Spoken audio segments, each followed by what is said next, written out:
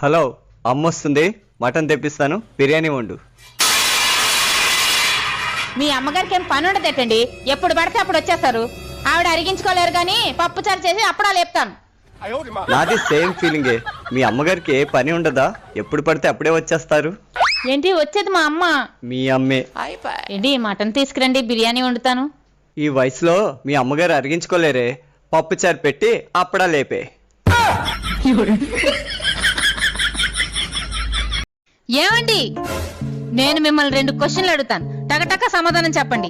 అడుగు. ఒక పక్క అందమైన అమ్మాయి, ఒక పక్క నేను, మీరెవరిని పెళ్లి చేసుకుంటారు? అందమైన అమ్మాయినే పెళ్లి చేసుకుంటాను.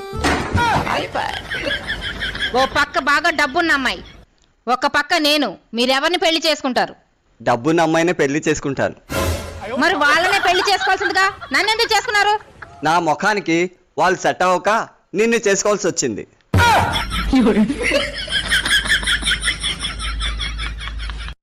మా ఆయన చాలా మంచివారు.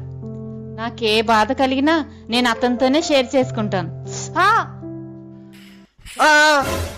ఇదిగోండి ఇలాగే.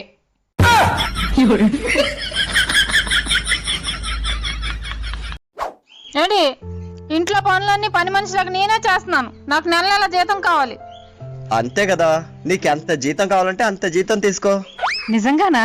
నిజంగా. కాకపోతే ఒక షర్తు. ఏంటి? నాకు పని ఆవిడ నచ్చకపోతే మాత్రం మార్చేస్తాను. నాకే జీతం వద్దులేండి.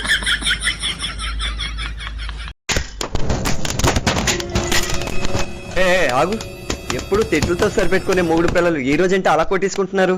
నేను వాళ్ళకి నచ్చ చెప్పానండి. నచ్చ చెప్పావా? ఏం నచ్చ చెప్పావే?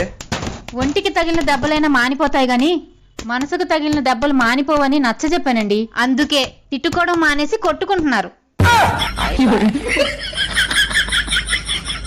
వసే, ఈ వాచ్ ఆ గుమ్మం పైన పెట్టొద్దని నీకు 100 సార్లు చెప్పాను. నిన్న 3 సార్లు కింద పడిపోయింది. ఇప్పుడైతే మా అమ్మ మీదే పడిపోవలసింది. మా అమ్మ దాటిన తర్వాత పడింది కాబట్టి సరిపోయింది.